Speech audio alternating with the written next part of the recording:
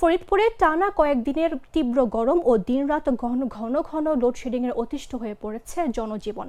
ঘরে বাইরে সবখানে থাকা কঠিন হয়ে পড়েছে বাসিন্দাদের। বিশেষ করে ৯টি উপজেলার মধ্যে বোয়ালমারী ও আলফাডাঙ্গায় ২৪ ঘন্টার মধ্যে ১৫ ঘন্টা পর্যন্ত চলছে লোডশেডিং। দিনরাত মিলে গড়ে ৯ থেকে ১০ ঘন্টা বিদ্যুৎ সেবা পাচ্ছেন গ্রাহকরা।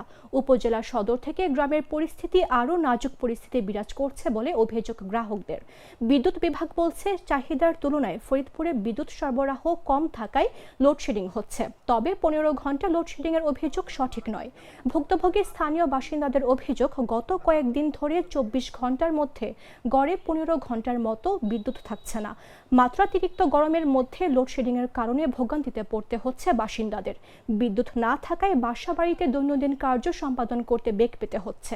তীব্র লোডশেডিংয়ের কারণে ব্যবসা বাণিজ্য ব্যাপক ক্ষতি হচ্ছে।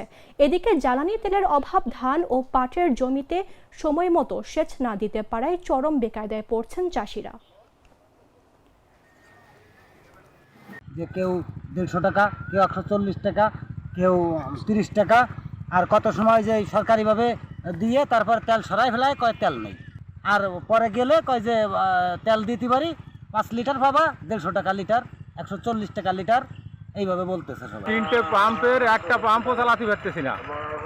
গতকালকে ১৫০ টাকা করে, তাও ৭ লিটার তেল ওই হেলানসাটি সেলিমির দোকানের থেকে বহুত লাইন দিয়ে আনা হয়েছে। আমাদের কথা কি যে ৫ টাকার জায়গায় ১০ টাকা নিই। আমরা যেন প্রত্যেক দোকানে বোতলটা নিয়ে যাওয়ার সাথে, ড্রামটা নিয়ে যাওয়ার সাথে সাথে আমরা ৫ লিটার ১০ লিটার করে তেল পাই। এগুলো সরকারের কাছে আমাকে আবেদন। এই দেখেন, আমরা এই কৃষকরা আছি, এবছর এই পানির কারণে এবার কৃষকরা সবাই ধ্বংস হয়ে যাবে। কারোরই ধান ভালো হবে না এবং সবাই ক্ষতিগ্রস্ত হবে। এই দেখেন এদের গ্লিটারের টুইন লেমন ও অ্যান্টিব্যাকটেরিয়াল ফর্মুলা বাসনকে চকচকে জীবাণুমুক্ত করে আমাদের দেয় গ্লিটার গ্যারান্টি।